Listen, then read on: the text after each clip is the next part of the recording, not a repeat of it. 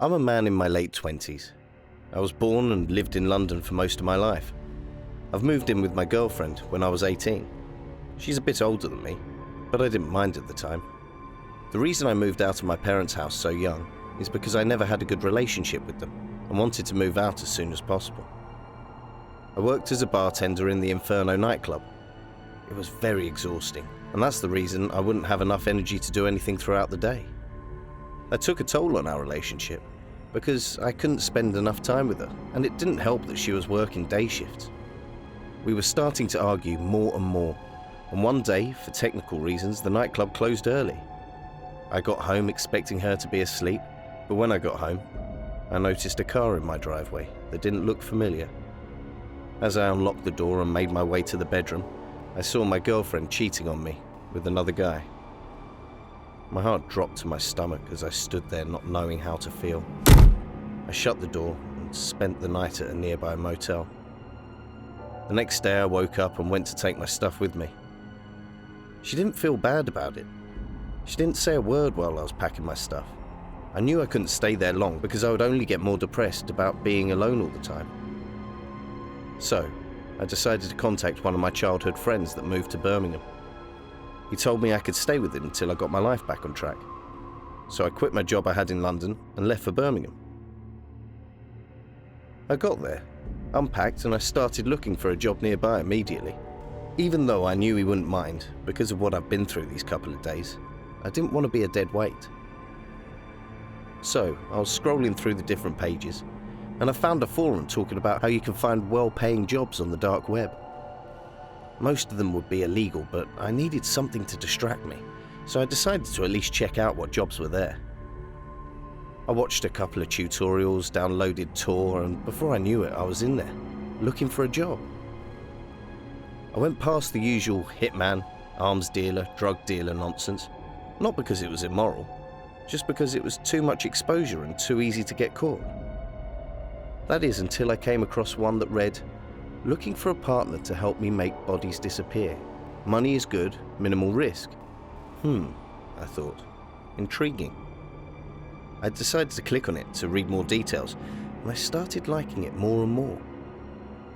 Now, I know that the dark web is not the safest place to find work, but I was desperate, and I got denied from every application I sent that far.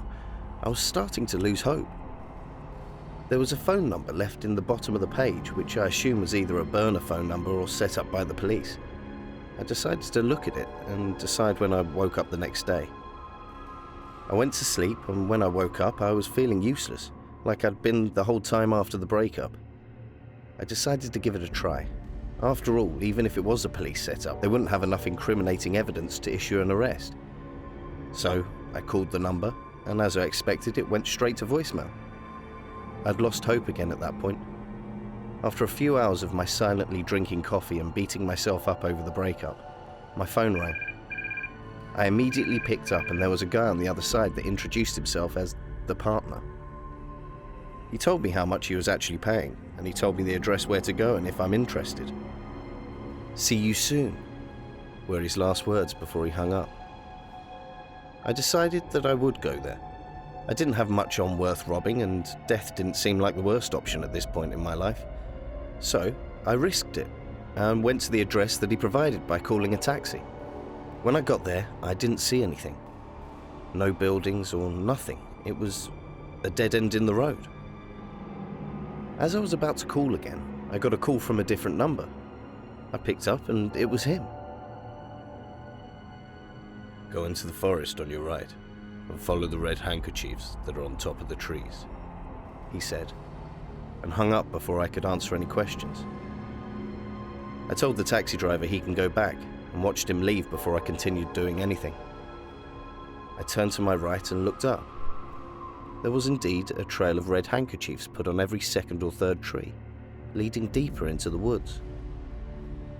I followed them, and after walking for about 20 minutes, I came across a clearing. There was a building in the middle of it, and it looked like a warehouse.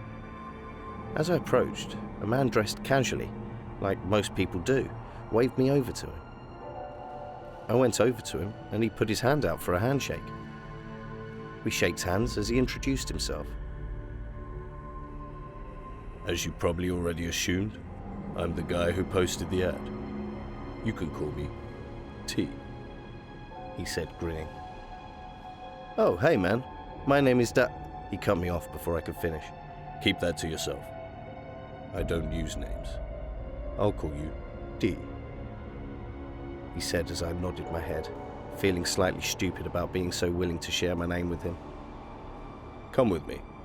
I've waited for you to come so I could show you what we'd be doing, he said, turning around and moving back to the warehouse. When he opened the door, I expected the metallic smell of blood to fill my nostrils, but instead it just smelt of chemicals, really strong chemicals. This is our specimen here, he said, moving towards a body in a bathtub. I didn't even flinch or make a face when I saw the body, which seemed to please him. I knew what I was getting myself into and what to expect. He then got out a mix of chemicals that weren't labelled by words, just different colour bottles. He poured them in, and I could see the body start decomposing slowly. You can go practice on that one over there. That was my last partner. He didn't do his job right, he said as he pointed to the second bathtub in the room. I poured in the chemicals just like I saw him do with his specimen. We sat there watching as the bodies decomposed until the only thing left were the bones. We then pulled the drains as the mush that was once their body went down, and he started putting the bones in a barrel nearby. I helped him, and after we were done, he took the barrel outside and filled it with some sort of flammable liquid. He put a lid on it and lit a matchstick as he threw it through the hole in the barrel. I thought it would explode, but the liquid he put in seemed to burn, nothing else. We waited there for a couple of minutes, and he extinguished the fire. The bones inside were black, and he ground them up until they were just black powder. We then took the barrel to a nearby river and poured the powder out into it. I was impressed, and for all I knew, it didn't leave any traces or evidence behind. It was as if the body was never there. We went on like that for a week. I was surprised by how many clients there are. He would give them a location, where to leave the body, then we would go pick it up. We got half the money up front and half the money after it was done. Honestly, it wasn't hard. It took a couple of hours per body to get rid of, and the pay was fantastic. We were getting 10 grand per body. I was starting to feel better and better mentally, even starting to enjoy it. That was until we got a body of a woman, and I was putting her in the tub, getting chemicals ready like I've done so many times before. I noticed a tattoo that looked familiar. As I looked closer, I realized it said 10/01/2012. It was my ex-girlfriend's tattoo. Even though she cheated on me, I felt sick to my stomach, and I'm ashamed to admit I did my job anyways. The thing that finally pushed me to the edge was one day when we got a call that there were 2 bodies to pick up. Nothing unusual. We had multiple bodies dropped plenty of times. We went to the pickup area, and I decided to look at the bodies. I'm not sure why. Maybe because my ex got killed. Maybe something else. When I opened the bags, I was paralyzed. I didn't know what to do or what to say. My partner apparently noticed my shock because he made his way towards me and asked what it was. The 2 people in the bags were my parents, bullet holes in their temple. I know I said I didn't have the best relationship with them, but they were still my parents. I still loved them. I told my partner about it, and he said it's okay if I don't want to do it. He'll take care of this order himself. I looked at him, rage building up inside me. "You're not doing that to my parents! They deserve a proper burial!" I yelled as I gritted my teeth in rage. Look, I'm sorry about that, but I won't ruin my reputation because of your feelings, he said calmly. I took the next couple of days off. I need to find a way to escape. I need to find a way to get out of this mess I put myself into. I'd rather have my old life back. I think I have a plan. Thank you for watching this video. If you want to support this channel, we have a link in the description for that. Don't forget to give a subscribe, a like, and press the bell to get notifications. Tell us your thoughts in the comments section. You can also send us your real or fictional horror stories.